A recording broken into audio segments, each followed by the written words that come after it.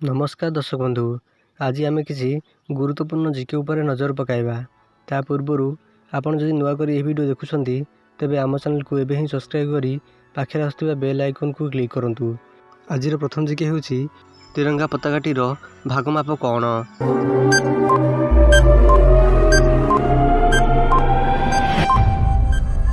यार सठिक आंसर हेउची लंब 3 भाग हेले ओसार 2 भाग।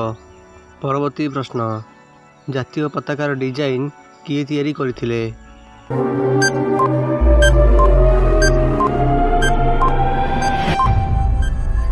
यार सठिक आंसर हेउची पिंगली भेंकैया। जातीय पताकार डिजाइन पिंगली भेंकैया करथिले। परवर्ती प्रश्न, जातीय पताका पाई केउं कपड़ा व्यवहार करा जाए?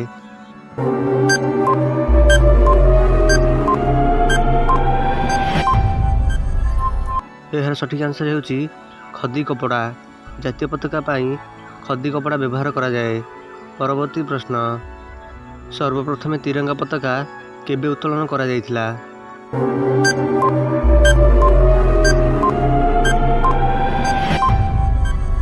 यार सठिक आंसर हेउची 7 अगस्त 1906 मसीह रे सर्वप्रथमे तिरंगा पताका उत्तोलन करा जायतिला।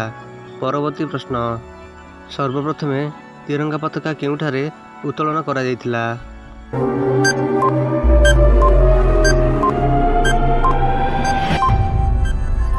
यार सठिक आंसर हेउची पारसी बागान और कलिकता ठारे सर्वप्रथमे तिरंगा पताका उत्तोलन करा जायतिला। परवर्ती प्रश्न, केउं भारतीय प्रथमे विदेश माटी रे तिरंगा पताका उत्तोलन करथिले?